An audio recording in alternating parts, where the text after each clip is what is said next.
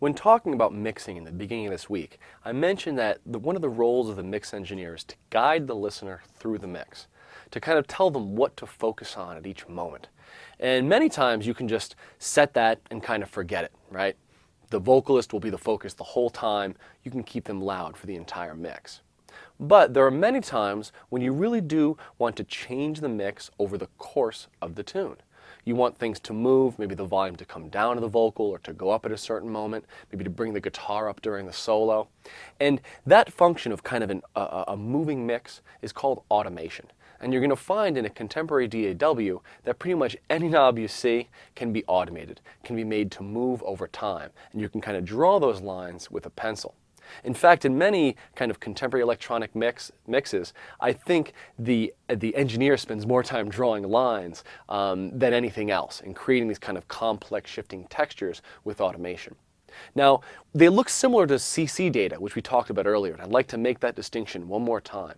In that CC data, while it looks like lines and has a similar kind of effect, CC data is part of the MIDI specification, and that's information being sent to a synthesizer or sampler of some sort.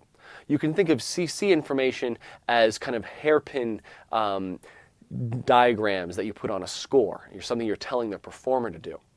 Automation is done in the DAW itself, and the reason we want to make that distinction is it actually is often of a higher resolution and can sound much smoother than CC data. And it's not really instructions to the performer so much it is as instructions to the engineer. So we're kind of seeing that even though we're performing many roles within the DAW and within the production process, we want to think about where those instructions are being sent. Now, DAWs vary in how automation is actually recorded and edited. In some DAWs, every channel strip has its own automation functions. I have like read, write, and latch and overwrite modes for automation. And each track has a separate kind of record and playback function for automation. Other DAWs treat automation recording as any other kind of recording. And they hit record in the project, and you just move a fader, and it is recorded. And those motions will play back later. I think the concept of automation is pretty clear. Any fader, knob, or button can be made to change automatically over the course of your piece of music, which I think you can imagine brings in a ton of creative possibilities. Though it's pretty clear how it's supposed to work, it's implemented a little differently from DAW to DAW. I'd like to show you one of the more advanced implementations of automation. In this version, we have a separate automation play, record, and mode in each track. Now, in some DAWs, you just hit the global record button and automation will record in all tracks. In this DAW, which is pretty common, each track actually functions kind of independently and has its own record and play just for automation in that track. It really opens up some great possibilities, and I'd like to show you how that functions here with a practical example. At the end of this piece of music, the bass note lasts too long, and it's kind of awkward how it hangs on when everything else fades out. Let's hear it.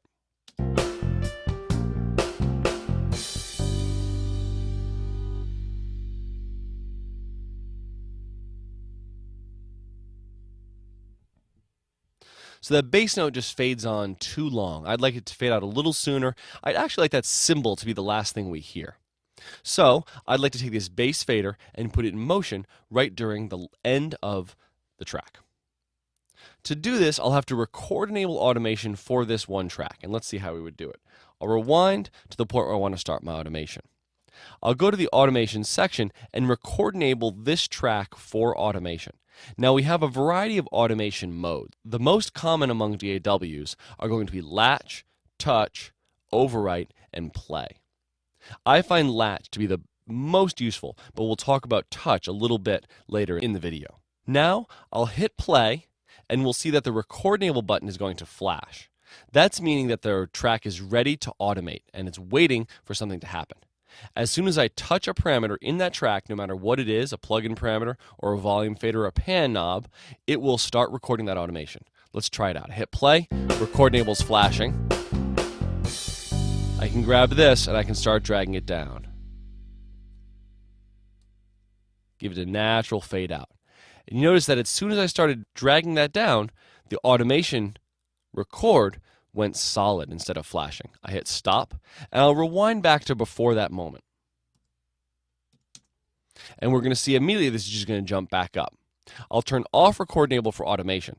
That's the one challenge with automation I find happens all the time is I forget to turn record off, and any kind of thing I hit accidentally ends up being recorded, which can be a problem. But let's hit play now.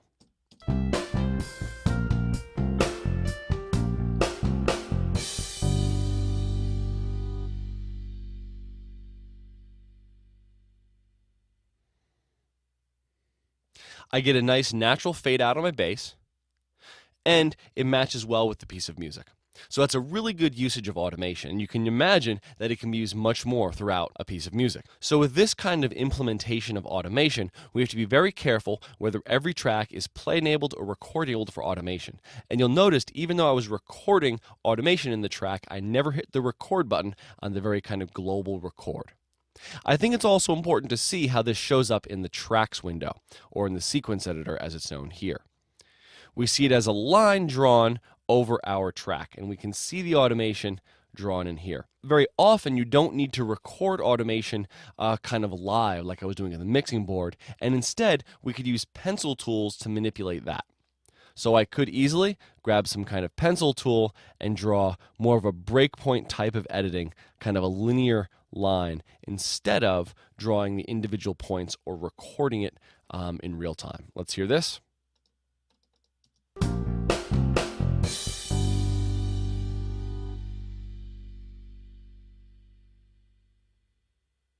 And we get a nice natural fade out.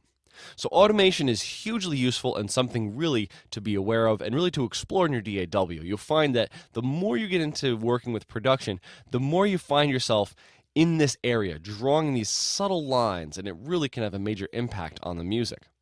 Now, one thing I'd like to show you is the difference between latch and touch. It's a very important thing if you are getting this automation to know the difference between a latch and touch mode. So let's try something out. First, I'll set this to be touch mode, and let's see how this works. I'll rewind back to that same point, and I'll hit record enable the automation for the track, and hit play.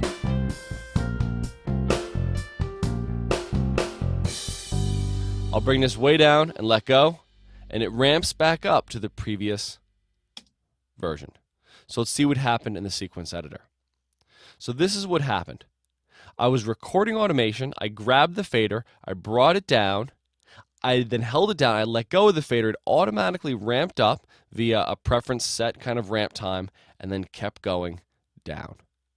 So with touch mode, it's kind of an overwrite for automation, in that I can kind of grab the fader, change it from its level. As soon as I let go of that fader, it's going to go back to the previous automated level, and then continue on from there. I'm going to undo that, and then go back to my mixing board, and choose latch instead. And we'll try the same exact thing. Play.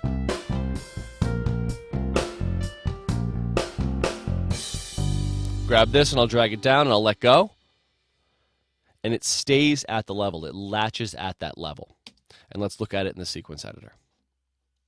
It went down and it stayed. So touch mode functions as an overdub for automation, in that when you let go of the parameter, it'll go back to its previous automated level.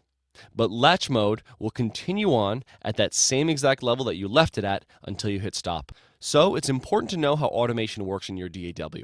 Most likely the implementation in your DAW will be different than what we've seen here, but it's important to know how it works. You'll find yourself using automation more and more the further you get into production.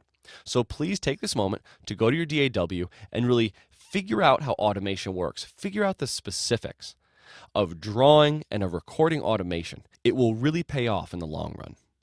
Before you go to the next video, I'd like you to try some of these things in your own DAW. Figure out how you can record automation, how you can edit it, and how you can draw it in within your DAW. It varies quite a bit how this is actually done, so it's worth figuring out because these complex motions are important and they really play a major role in contemporary mixes. And remember, it's one of the main ways that you can guide the listener through this complex sonic environment that you're trying to create.